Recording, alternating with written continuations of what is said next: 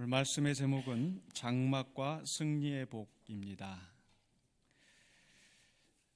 이 말씀들은 모압 왕 발락이 선지자 발람에게 이스라엘 백성을 좀 저주를 해달라라고 요청을 했지만 그 발람 선지자는 저주를 하지 못하고 오히려 축복을 하는, 하나님의 뜻을 따라 축복을 하는 그런 내용이었습니다. 지난주에는 그 발람이 축복하는 내용 가운데서 첫 번째와 두 번째 그 축복을 우리가 살펴보았고, 오늘은 그 세 번째와 네 번째 축복에 대해서 말씀을 나누고자 합니다. 이스라엘을 위해 복을 빌어주는 이야기가 왜 이렇게 중요한가? 그건 이스라엘의 역사가 아닌가? 그렇게 치부하는 것이 아니라 그것은 바로 예수 그리스도와 하나님의 나라의 역사를 미리 보여주는 하나의 예표요 그림자와 같습니다. 그렇기 때문에 오늘 우리 성도들에게도 직접적으로 연결되는 말씀인 줄로 믿습니다. 그래서 그 세 번째와 네 번째 축복의 말씀을 함께 살펴보는데, 그 세 번째 축복, 오늘 말씀의 첫 번째 대지라고 할 수 있는 그 축복의 내용은 무엇인가? 바로 야곱의 장막입니다. 23장 27절부터 24장 9절까지의 그 세 번째 축복 야곱의 장막에 대해서 말씀을 나누고 있어요. 27절에 이렇게 시작을 합니다.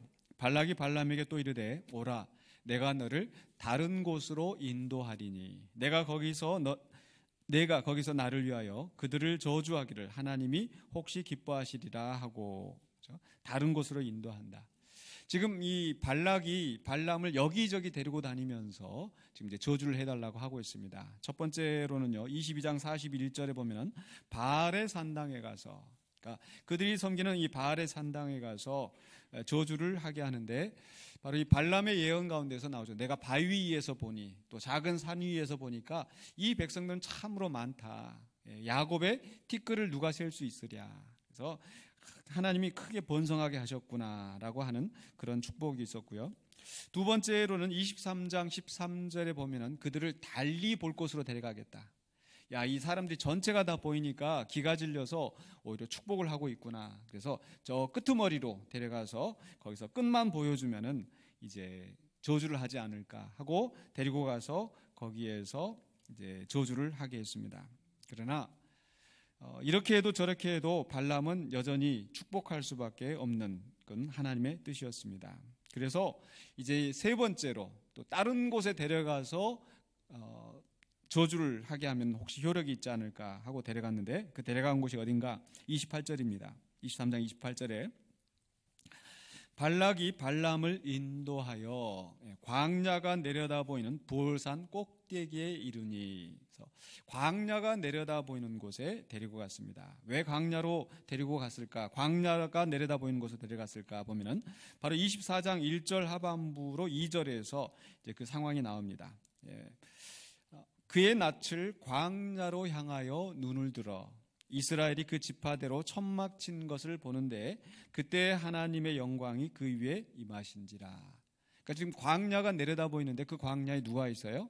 이스라엘 지파가 천막을 치고, 즉 장막을 치고 거기에 모여 있습니다. 이게 이 장막을 쳤다라는 거, 이게 바로 이 세 번째 축복의 중요한 주제입니다. 거기에 하나님의 영이 임하였다고 그랬는데, 그 하나님의 영이 임하였다고 해서 발람이 대단한 사람이 아니라 바로 그를 통해 선포되는 그 말씀이 권위가 있고 진실하다라는 그런 의미입니다. 자, 거기에서 이 발람이 축복하는 내용이 무엇인가? 5절에 이렇게 나옵니다. 야곱이여 내 장막들이, 이스라엘이여 내 거처들이 어찌 그리 아름다운고. 야곱의 장막, 야곱의 장막이 아름답다라고 하고 있습니다. 그런데 지금 이 말씀을 저는 이제 보면서 생각해 보니까 과연 이 장막이 아름다웠을까? 이들이 지금 장막을 치고 있는 것이 푸른 초장에 아주 그 멋진 집이 지어져 있는, 그죠? 옛날 그 가사에 노랫말에 저 푸른 초원 위에 그림 같은 집을 짓고, 이게 아니란 말이에요. 지금 광야에 지금 장막이 쳐져 있는데 그 장막이 지금 어떤 장막인가? 40년 동안 광야에서 방황을 하던 장막들이에요.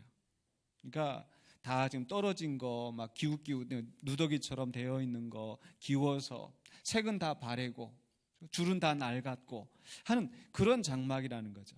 그런데 그런 장막을 보면서 아름답다, 이스라엘의 거처가 어찌 그리 아름다운고라고 말을 하고 있다라는 거죠. 왜 아름다울까요? 지금 이들의 모습은 초라하기 그지없지만은 그러나 장차 이들이 받을 복을 생각을 하면은 그것조차도 아름답다라는 겁니다. 이들이 어떤 복을 받게 되는가? 저는 그것을 정착의 복이다라고 말하고 싶어요. 정착의 복이다. 즉 이 백성들이 지금은 광야에서 장막을 치고 있지만은 이제 이들이 장차 젖과 꿀이 흐르는 그 약속의 땅에 들어가서 이제 그 기업을 얻고 정착을 하게 될 때 얼마나 아름다울까. 이 장막이라는 것은 바로 이들이 살고 있는 그런 삶의 터전입니다. 지금은 광야에 있지만 이제는 약속의 땅에서 뿌리를 내리고 살아가는 이 백성들, 그것이 얼마나 아름다운가. 그렇죠? 지난 시간에 우리가 말씀 나눴던 그 이스라엘 백성들에게 받은 복, 첫 번째로는 번성의 복이었었고 두 번째로는 사죄의 복이었었죠. 허물의 사함을 받는 것, 그것이 하나님의 큰 은혜고 복이다. 그런데 이렇게 죄 사함을 받는 것만 하나님의 은혜고 복이 아니라 우리가 일상의 삶을 살아가는 것도 큰 복이요 은혜인 줄로 믿습니다. 우리가 가정 안에서 집이 있고 일을 마치고 나면은 돌아갈 집이 있고 함께 가족들이 함께 먹고 마시는 그런 터전이 있다라는 것. 일상의 삶을 사는 것이 얼마나 큰 은혜인가. 사실 저도 지난 한 주간 동안에 이제 아내 수술을 받는 것 때문에 병원에서 옆에 있으면서 보니까 정말 하나하나가 정말 하나님의 은혜다라는 것을 절실하게 느낄 수 있었습니다. 아마 병원에 혹시 수술 받아보시거나 또 그런 경험이 있으신 분들은 정말 더 잘 아실 겁니다. 집사람이 입원하고 나서 이제 수술을 앞두고 이제 물도 못 마시게 하더라고요. 사실은 집사람 이제 올라갈 때 부랴부랴 올라가느라고 점심 못 먹고 휴게실에 가다가 우리 오뎅 하나 먹고 갈까? 그냥 바쁘니까 그냥 가자. 저녁에 아마 병원에서 밥이 나올 거야 하고 갔는데 웬걸 저녁에는 아예 그 입원한 순간부터 아무것도 못 먹게 하는 거예요. 집사람이 오뎅 못 먹고 왔다고 얼마나 애달아 하는지. 근데 그게 문제가 아니라 이제는 물도 못 마시게 하는 거예요. 물도 못 마시게 하고. 그러고 나니까 막 입이 타고 이렇게 하니까 집사람이 오죽해서 묻은 거즈를 입에 이렇게 물게 하고, 물 절대 삼키면 안 됩니다. 집사람이 저한테 사정해갖고 물 한 모금만 입에 담아서 좀 담갔다가 좀 뱉었으면 좋겠다. 또 옆에 간호원한테 가가지고 집사람이 너무 목이 말라서 물 한 모금만 입에 뱉었다가 내뱉는데요. 아니 절대 마시면 안 돼요. 아니 절대 안 마실 테니까 한 모금만 입에 넣었다가 뱉어낸대요. 사정사정 해가지고 물 입에 머금었다가 뱉어내기를. 그러면서 물 한 모금 그냥 마실 수 있는 것도 얼마나 은혜인가. 수술 받고 나면은 또 뭘 기다려요? 다 경험이 있으시니까. 가스가 나와야 이게 되잖아요. 속에 지금 수술하느라고 이게 가스를 막 집어넣어가지고 했는데 가스가 나와야 된대요. 그래서 근데 기다리고 이게 안 나오는 거예요. 근데 조금 있다가 살짝 나왔어요. 얼마나 감사해가지고 제가 간호원한테 달려가지고 나왔어요. 얼마나 나왔어요? 조금이요. 그래가지고 안 돼요. 아주 시원하게 나와야 된대. 또 시원하게 나올 때까지 기다렸어요. 나중에 시원하게 나오고 나니까 얼마나 좋은지 집사람한테 하이파이브를 하면서 얼마나 감사한지. 자, 큰 소리 쳤죠. 이게 방구 하나 끼는 게 얼마나 큰 은혜인가. 나 방구 낄 때 나 혼내지 마 집사람한테. 호흡 하나도, 물 한 모금 마시는 것도, 한 가족이 둘러앉아서 한 식탁에서 저녁밥을 먹는 것이 얼마나 감사한 건지. 유학 가서 한번 그런 기억이 납니다. 이사를 하는데, 언젠가 한번 말씀드렸나 모르겠어요. 이사를 하는데 돈이 충분하지 않으니까 저희 아이들 데리고 집사람하고 다 짐을 싸서 차를 빌려다가 짐을 옮기는 거예요. 옮기려고 하는데 이렇게 큰 차 빌려다가 이렇게 하다가 큰 사고가 났어요. 집사람이 발을 그 사다리가 큰 이게 뭐 설명하기 좀 곤란한데 발을 이렇게 제가 이렇게 뒤로 후진을 하다가 발을 다치게 해가지고 막 피가 막 쏟아져 나오고 막 살점들이 막 터져 나오고 제가 그걸 붙잡고 하나님 왜 이러세요? 도대체 우리 집에 왜 이러세요?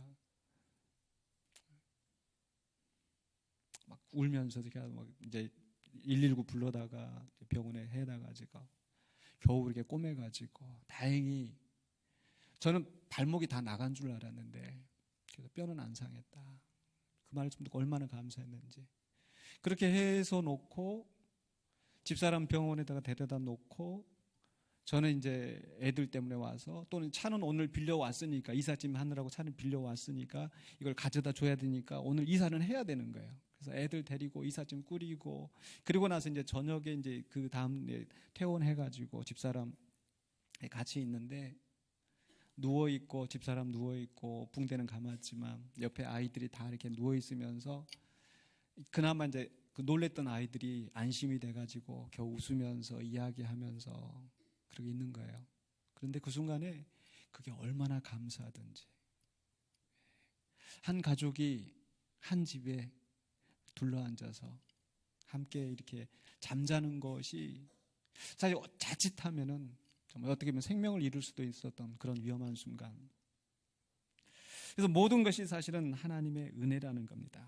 우리 일상생활 하는 것 자체가 하나하나가 하나님의 은혜이고, 모든 사고와 질병 가운데서 우리를 지켜주시는 것이 하나님의 은혜인 줄로 믿습니다. 물론 사고와 질병이 있을 수 있습니다. 그러나 그 가운데서도 하나님이 또 지켜주시고 우리에게 생명을 연장시켜 주셔서 오늘까지 여기 있게 하시는 것, 그것도 하나님의 은혜이고요. 또 우리에게 정해진 때가 되어서 주님 앞에 부르심을 받게 될 때 우리는 하나님의 나라에서 영원한 복락을 얻을 것이기 때문에 죽는 것조차도 우리는 하나님의 은혜인 줄로 믿습니다. 우리 일상의 삶을 살아가는 것이 하나님의 은혜이고 복인 것을 믿으시기 바랍니다. 또 오늘 말씀 속에서 보면은 그런 일상의 삶 말고 또 하나의 복을 주는데, 바로 그것은 바로 공동체의 복입니다. 24장 6절에 보실까요? 24장 6절에 보면 바로 앞에 5절에서 장막의 아름다움을 이야기하면서 6절에서 그 벌어짐이 골짜기 같고 강가의 동산 같으며, 벌어짐이 골짜기 같다라고 하는데, 지금 이 장막을 보면서 장막 하나를 보고 아름다운 거 하는 게 아니라 벌어졌다. 이것은 바로 그 이스라엘 그 광야의 이 와디, 골짜기라고 하는 것이 이 와디라고 하는 하천, 즉 비가 오지 않은 건기에는 말라 있지만은 비가 올 때는요, 이 물이 그 홍수가 나면서 물이 이렇게 다 이렇게 뻗쳐 나가는데, 그 물줄기들이 한 줄로 가는 게 아니고 여러 갈래로 뻗쳐 나가는 거죠. 바로 지금 그것을 설명하는 거예요. 그 장막들이 아름다운 거 할 때 그 장막들이 뭐 한두 개 이렇게 있는 게 아니라 여러 장막들이 지파별로 옹기종기 이렇게 모여 있는 그 모습이 너무 아름답다라는 겁니다. 즉 하나님께서 이스라엘을 그 민족 공동체로 세우시고 나라로 세워가시는 그것에 대해서 이야기하고 있는 겁니다. 그래서 여호와께서 심으신 침향목들 같다, 물가의 백향목들 같다. 단수가 아니고 복수죠. 그래서 마치 그 강가의 나무들이 숲을 이루는 것처럼 이 장막들이 여러 장막들이 모여서 있는 그런 공동체의 모습을 보면서 아름답다라고 표현하고 있는 겁니다. 그러면서 24장 7절에서 그 물통에서는 물이 넘치겠고, 물은 풍성함, 생명의 상징입니다. 근데 그 풍성함이 계속 넘쳐나는 거예요.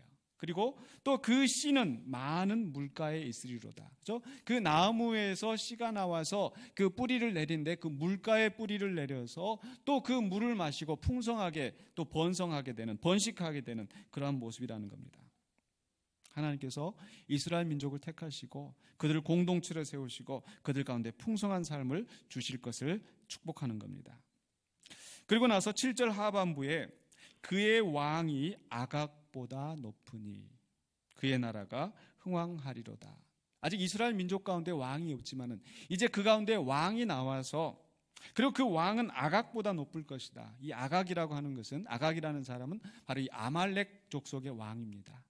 그 아말렉 족속, 그 당시에 가나안 지역에서 아주 최강 족속인 그 아말렉 왕보다 더 위대한 왕, 더 높아진 왕이 나오게 될 것이고, 그 위대한 왕의 통치 아래에서 그 이스라엘이 번성하고 흥왕할 것이다 라고 예언하는 겁니다. 이 말씀은 이제 이스라엘 백성들이 가나안 땅에 들어가서 그 땅을 기업으로 얻고 정착하게 된 후에 그들 가운데 왕정이 세워지게 되고 나라가 안정되게 되는 그것을 예언하고 있는 겁니다. 바로 다윗과 솔로몬 시대, 바로 그러한 역사가 이루어졌습니다. 지금 이스라엘 백성이 있는 곳은 어디예요? 광야입니다. 광야를 내려다보면서 그 광야에서 천막을 치고 있지만은 지금 현실의 모습은 참 초라하지만 또 그들이 살아오는 그동안의 행적을 보면 어떻습니까? 하나님께 반역하고 심판받고 죽어나가고 많은 문제가 있지만은, 그러나 그들은 이 실패로 끝나는 민족이 아니라 하나님의 역사하심으로, 하나님의 인도하심으로 그 아름다운 젖과 꿀이 흐르는 땅에 기업을 얻고 아름답게 정착을 하게 될 하나님의 백성들이라는 것. 오늘 이것은 오늘 우리들에게도 적용되는 말씀인 줄로 믿습니다. 지금 우리 개개인들을 돌아볼 때에 그렇게 세상 사람들이 부러워할 만큼, 많은 사람들이 흠모할 만큼 우리의 겉모습이 그러하고 우리의 살아오는 행적이 그러하고 초라해 보인다 할지라도 우리는 아름다운 장막에 거하는 아름다운 기업을, 주님의 나라에서 아름다운 기업을 얻게 되는 복받은 백성인 것을 믿으시기 바랍니다. 우리에게는 장막의 복이 있습니다. 그래서 당장 우리가 여기서 살고 있는 그 집이 아니라 주님의 나라에서 얻게 될 그 장막, 또한 우리가 교회의 공동체를 이루어서 우리 교회 안에 많은 문제가 있다 할지라도 그러나 이 아름다운 장막, 아름다운 공동체가 우리에게 있다는 것, 하나님의 크신 은혜요 복인 것을 믿으시기 바랍니다. 그리고 나서 이제 24장 10절로 25절에서는 네 번째 마지막 예언이 나옵니다. 그것을 저는 야곱의 별에 대한 축복이다, 이렇게 정의하고 싶습니다. 그러니까 첫 번째, 발람이 했던 첫 번째 축복이 뭐였냐면 야곱의 티끌이었었죠. 야곱의 티끌을 누가 셀 수 있으랴. 하나님께서 이스라엘 백성을 크게 번성하게 하셨던 것. 두 번째는 뭐였습니까? 야곱의 허물. 하나님께서 야곱의 허물을 기억하지 아니하시고 이스라엘 백성의 죄를 용서하시는 사주의 복. 그리고 세 번째가 야곱의 장막. 그 죄를 용서하시는 영적인 관계뿐만 아니라 일상의 삶을 살아갈 수 있도록 하나님께서 은혜를 베풀어 주시는 것. 마지막에 네 번째가 야곱의 별입니다. 어떤 내용과 함께 살펴보겠습니다. 자, 이제 이 세 번째까지 발람이 축복을 하였을 때 이 모압 왕이 화가 났어요. 그래서 10절에 보니까 이 발락이 분노를 하면서 손뼉을 치면서 아주 그냥 손을 내리치면서 지금 화를 내고 있는 것 같아요. 내가 너를 기껏 데려다가 많은 돈을 들여서 너에게 지금 복제를 주고 저주를 하게 했는데 저주는 하지 않고 오히려 세 번씩이나 축복을 하는구나 라고 하면서 하는 이야기가 11절에, 그러므로 그대는 이제 그대의 곳으로 달아나라. 네 자리를, 네 왔던 곳으로 가서 꺼져라. 네, 그렇게 얘기하는 겁니다. 그러면서 내가 그대를 높여 심히 존귀하게 하기로 뜻하였더니 여호와께서 그대를 막아 존귀하지 못하게 하셨도다. 네가 내 뜻대로 이 백성을 저주하였으면 내가 너한테 많은 재물을 주고 너의 지위를 높여주려고 했는데 너 하지 않고 있구나. 그러면서 하나님이 너를 막았다 라고 하면서 하나님의 이름을 팔아서 화를 내고 있어요. 때때로 우리도 이런 오류를, 이런 잘못을 할 때가 있습니다. 하나님의 뜻을 인간의 생각으로 판단하고 다른 사람을 정죄하고 자기 고집을 내세우면서 하나님의 뜻인 양 포장할 때가 많이 있죠. 바로 발락이 그러했습니다. 자, 그에 대해서 이제 선지자 발람이 어떻게 대답을 하는가? 12절 이하에서 그 발람의 대답이 나오고, 그리고 14절에서 이렇게 말을 하는데, 이제 나는 내 백성에게로 돌아가거니와 들으소서, 내가 이 백성이 후일에 당신의 백성에게 어떻게 할지를 당신에게 말하리이다. 바로 이게 이 네 번째 축복의 주제가 됩니다. 뭐냐면은 이 백성이, 이스라엘 백성이 당신의 백성, 이제 모압 족속에게 어떻게 할 것인가, 즉 이스라엘과 모압의 관계에 대해서 예언하겠다. 어떤 내용인가 보면요, 17절입니다. 내가 그를 보아도 이때 일이 아니며 내가 그를 바라보아도 가까운 일이 아니로다. 이 말씀은 지금 당장의 일이 아니라 또 가까운 미래의 일이 아니라 이제 먼 미래에 일어날 일입니다 라는 뜻이에요. 도대체 무슨 일인가? 한 별이 야곱에게서 나오며, 야곱의 별입니다. 야곱에게서 나오는 별. 야곱에서 별이 나온다는 것이 무슨 뜻일까? 바로 그 다음 구절과 연결해서 보시면 됩니다.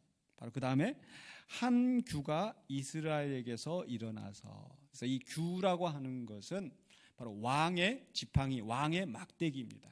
그 왕의 막대기를 가지고 지시를 하고 명령을 내리는 그 규. 그렇기 때문에 한 규가 이스라엘에게서 일어난다라는 것은 바로 왕이 야곱 족속에서 나온다라는 겁니다. 즉 이스라엘 백성 가운데서 왕이 나와서 그 다음에 어떻게 해요? 모압을 이쪽에서 저쪽까지 쳐서 무찌르고 또 셋의 자식들을 다 멸하리로다. 그러니까 이스라엘의 왕이 나와서, 한 위대한 왕이 나와서 모압 족속을 완전히 다 멸망시킬 것이다. 이 예언은 어떻게 성취되었을까?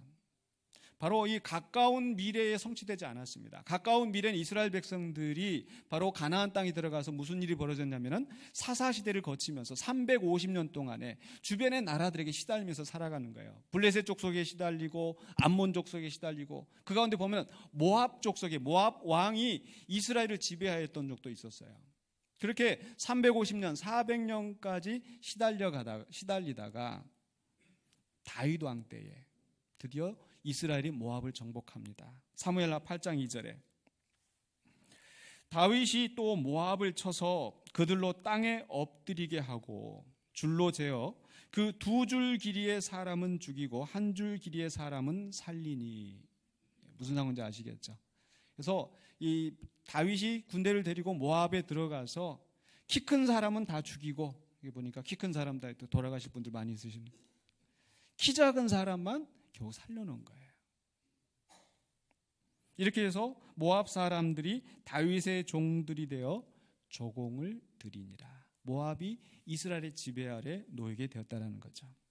왜 이런 일이 일어났을까? 바로 24장 9절 하반부에 너를 축복하는 자마다 복을 받을 것이요 너를 저주하는 자마다 저주를 받을 것이라. 바로 아브라함에게 주셨던 약속, 이스라엘 백성에게 그대로 적용이 되어서 지금 모압 족속이 바로 이 이스라엘의 친족국으로서 그들을 선대하고 잘 보살펴줘야 되는데 그렇게 하지 않냐고 오히려 지금 저주를 하고 있기 때문에, 오히려 이들이 저주를 받아서, 모압 족속이 저주를 받아서 이스라엘의 지배 아래 놓이게 될 것이다 라는 예언입니다. 즉 하나님께서 하나님의 백성들이 이 세상에서 그렇게 저주를 받고 조롱받게 하는 것을 가만 버려두지 아니하시고 이기게 하시는 겁니다. 모압 족속들뿐만 아니라 또 24장 18절로 19절에 보면요, 이렇게 기록되어 있습니다. 그의 원수 에돔은 그들의 유산이 되며. 이 에돔 족속이 어떤 나라라고 그랬어요? 바로 에서의 후손들로서 이스라엘 족속들에게는 서로 친족 국가예요. 같은 혈통이에요.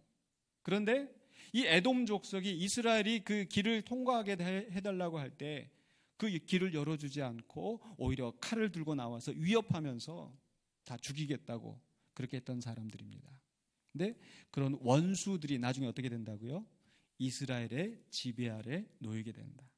그의 원수 에돔은 그들의 유산이 되며 그의 원수 세일도 그들의 유산이 되고 그와 동시에 이스라엘은 용감히 행동하리로다.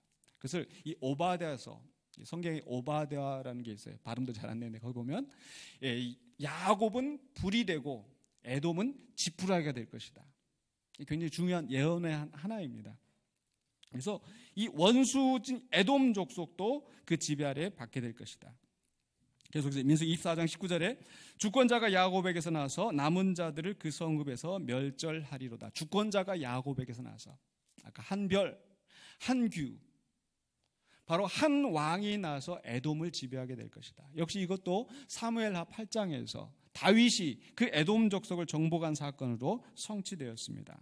모압과 에돔뿐만 아니라 20절에 보면요, 또 아말렉을 바라보며 예언하여 이르기를 아말렉은 민족들의 으뜸이나 그의 종말은 멸망에 이르리로다. 아말렉 족속은 어떤 족속인가요? 이스라엘 백성들이 가나안 땅에 정탐꾼을 들여보냈을 때 그 가나안 족속들은 크고 장대하다. 바로 그게 아말렉 족속을 보고 기가 질린 거예요. 아주 장대한 족속들. 그들의 성읍은 견고하고 높아서 그들에 비교하면 우리는 메뚜기와 같다고 했던, 겁에 질리게 만들었던 그 족속들이 바로 아말렉 족속입니다. 그런데 그 아말렉 족속이 어떻게 된다고요? 그들은 멸망하게 될 것이다. 또 그 다음에 21절에 보면 겐 족속이 나옵니다. 겐 족속은 아주 그 든든한 요새와 같은 곳에 거주하고 있는데 그들도 어떻게 돼요? 22절에 그러나 가인이 쇠약하리니 나중에는 아수르의 포로가 되리로다. 네, 이것은 이제 지금 이 발람이 예언할 때가 지금 주전 1400년경이고 바로 그 이후로 한 700년 뒤에 아수르 제국이 일어나서 이 아수르 제국에 의해서 멸망받을 것이다. 아수르 제국의 득세를 예언하는 겁니다. 그리고 나서 24절에 보면요, 또 계속해서 기띔 해변에서 배들이 와서 아수르를 학대하며, 그러니까 앞에 말씀하고 비교해 보면요, 아수르의 포로로 잡혀갈 것이다 라고 하는 것은 이제 아수르 제국이 득세할 것이다. 근데 지금 24절은 뭐라고 하고 있어요? 아수르를 학대하며, 그러니까 그 아수르 제국이 다른 나라에 의해서 지배를 받고 학대를 받게 될 것이다. 그 나라가 누구냐면은 바로 바벨론 제국입니다. 그래서 바벨론 제국이 일어나서 아수르를 무너뜨릴 것이다 라는 그런 의미가 담겨 있어요. 그 다음에 마지막 24절 마지막에 근데 어떻게 되어 있어요? 그도 멸망하리로다. 아수르 제국도, 바벨론 제국도, 그리스 제국도, 로마 제국도 결국은 다 세상 나라와 제국들은 멸망할 것이다. 그리고 누가 서게 돼요? 바로 하나님의 백성, 하나님의 나라가 이 땅에서 최후의 승리를 얻게 될 것이다. 그렇기 때문에 바로 이 야곱의 별이라는 이 속에는 어떤 복이 담겨 있는가? 바로 승리의 복, 최후의 승리를 약속하는 말씀인 겁니다. 바로 그런데 그 승리의 중심에 누가 있어요? 야곱의 별. 그러니까 이 야곱의 별은 어떤 의미가 있다고 그랬습니까? 바로 그 야곱 가운데서 나는 위대한 왕. 그 위대한 왕이 누구예요? 구약 성경에서는 다윗입니다. 바로 사무엘하 8장에서 다윗이 등장을 하면서 하나님께서 주변의 모든 대적들을 이기게 하시고 모압을 정복하고 에돔을 정복하고 주변의 모든 블레셋과 가나안 족속들을 다 정복하고 나라를 든든하게 세웠습니다. 그러나 그 이후로 다윗의 후손들이 범죄하여서 이스라엘은 망하게 되었어요. 아수르 제국에 의해서 또 바벨론 제국에 의해서. 그게 바로 이제 구약 성경의 역사입니다. 그런데 거기에서 끝나는 것이 아니라 이사야나 또 예레미야나 호세아나 아모스나 이런 선지자들을 통해서 예언하기를 바로 다윗의 뿌리에서 이새의 줄기에서 싹이 나오고 그 나라가 다시 서게 될 것을 예언하는 겁니다. 그 예언이 바로 다윗의 후손 가운데 난 예수 그리스도를 통하여서 다시 한번 주변의 모든 대적들을 이기고 하나님의 나라가 서게 될 것을 약속하시는 겁니다. 그런 예언 중에 하나를 우리가 살펴보자면요, 바로 다니엘서 2장에 보면은요, 느부갓네살 왕이 꿈을 꾸는데 큰 신상이 있는 꿈을 꾸었어요. 근데 그 신상이 어떻게 생겼는가? 머리는 금이고 가슴은 은이고 그다음에 그 밑에 다리는 뭐 쇠이고 또 흙이 섞여 있고. 이 예언이 의미하는 바가 뭐냐? 바로 금머리는 바벨론 제국이다. 근데 바벨론 제국이 무너진 다음에 페르시아 제국이 등장할 것이다. 페르시아 제국이 무너진 다음에 그리스 제국이 들어설 것이다. 그리스 제국이 들어선 다음에 다시 로마 제국이 설 것이다. 이게 예언하는 내용이에요. 그런데 그 신상 마지막에 그 꿈의 마지막 내용이 뭐냐면, 결론이 뭐냐면 한 돌이 쭉 또 작은 돌이 떠오르더니 뜨인 돌이 하나가 떠올라가지고 이 신상을 팍 치니까 박살을 내버리더라는 거죠. 그게 어떤 의미가 있는가? 2장 44절입니다. 다니엘서 2장 44절에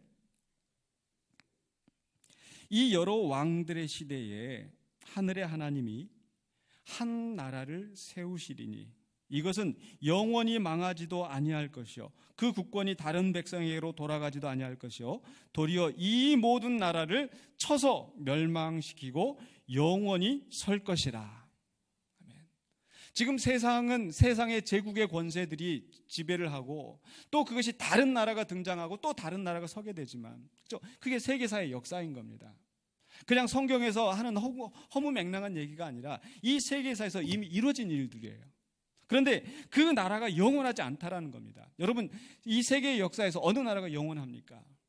로마가, 징기스칸이, 몽고 제국이 영원하지 않고 큰 세력을 발휘하는 것 같지만 망하지 않습니까? 그런데 망하지 않은 한 나라를 하나님 세우신다. 누구의 나라겠어요? 하나님의 나라. 예수 그리스도가 다스리시는 하나님의 나라. 그래서 그 뜨인 돌, 신상을 무너뜨린 뜨인 돌이 누구예요? 예수 그리스도. 그게 비슷한 말씀이 다니엘서 7장에도 나옵니다. 다니엘서 7장에서는요, 이제 다니엘이 환상을 보는데 4마리 짐승을 봅니다.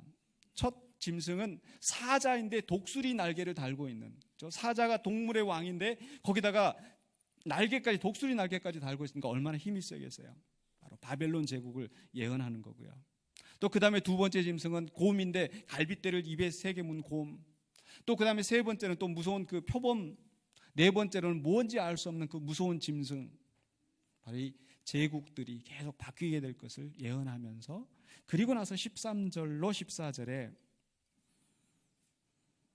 내가 또 밤 환상 중에 보니 인자 같은 이가, 앞에 4 짐승들이 나온 다음에 사람같이 생긴 인자 같은 이가 하늘 구름을 타고 와서 옛적부터 항상 계신 이에게 나아가, 옛적부터 항상 계신 이는 바로 하나님의 보좌, 그 하나님 앞에 나와 그 앞으로 인도되매 그에게 권세와 영광과 나라를 주고 모든 백성과 나라들과 다른 언어를 말하는 모든 자들이 그를 섬기게 하였으니.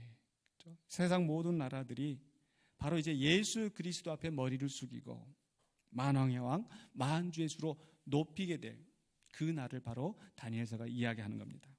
그러면서 하는 얘기가 뭐예요? 그의 권세는 소멸되지 아니하는 영원한 권세요, 그의 나라는 멸망하지 아니할 것이라. 네. 복잡한가요? 지금 이 그 발람의 예언 속에 야곱에게서 별이 나와서 주변의 모든 나라를 멸절할 것이다. 앞으로 아수르 제국이, 바벨론 제국이 등장한다 할지라도 그 모든 나라는 멸망할 것이다 라는 그 예언 속에 그 이후로 펼쳐질 그리스도의 나라를 보여주고 있다는 거죠. 이 이후로도 요한계시록에서 어떻게 이루어질 것인가, 제가 말씀을 준비하다가 여기서 절제해야지 이거 하다가는 또 계속해서 너무 시간이 길어지니까 나중에 기회가 되면 또 요한계시록 말씀과 어떻게 연결되는지 우리가 보기를 원합니다. 오늘 말씀에서 여러분이 기억해야 될 것은 야곱에게서 별이 나와서 그 하나님의 권세를, 하나님 주시는 세상 모든 권세를 멸하시고 하나님의 나라를 세우실 것이다.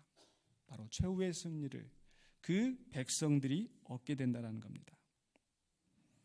지금도 뉴스에서 크게 지금 뉴스 나오는 게 뭐예요? 지금 김정은과 트럼프가 베트남에서 만난다더라. 만나가지고 어떻게 하면 이제 핵을 없애고 또 양쪽의 나라가 막 이야기를 합니다. 지금은 세상에서 가장 힘이 센 나라가 어디예요?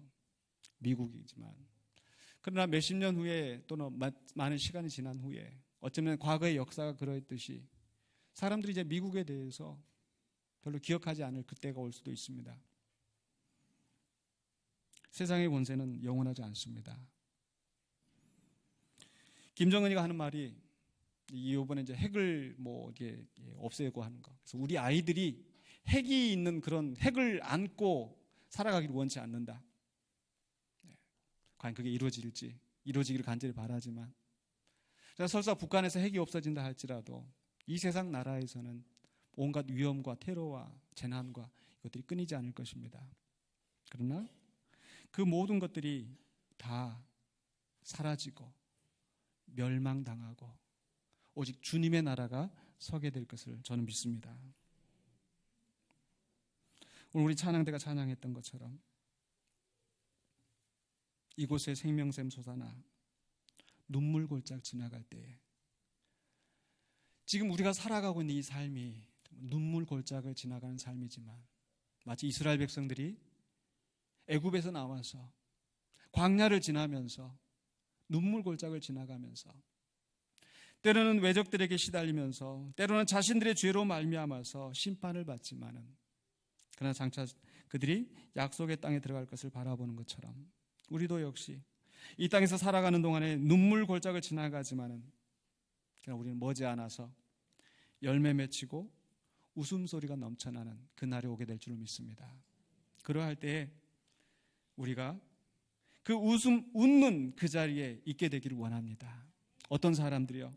바로 그리스도를 나의 구주로, 나의 왕으로 영접하고 그리스도의 말씀대로 순종하면서 살아갈 때 우리가 거기에서 웃게 될 줄로 믿습니다.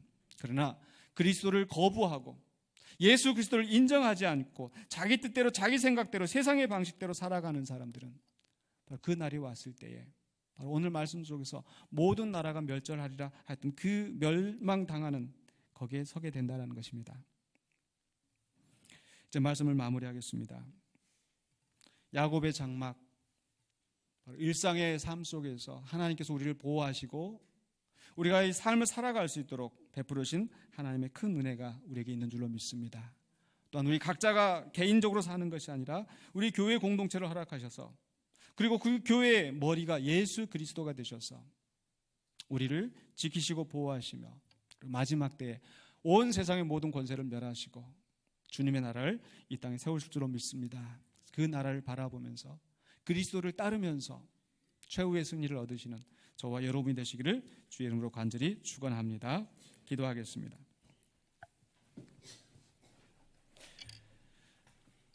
거룩하신 아버지 하나님 은혜를 감사합니다.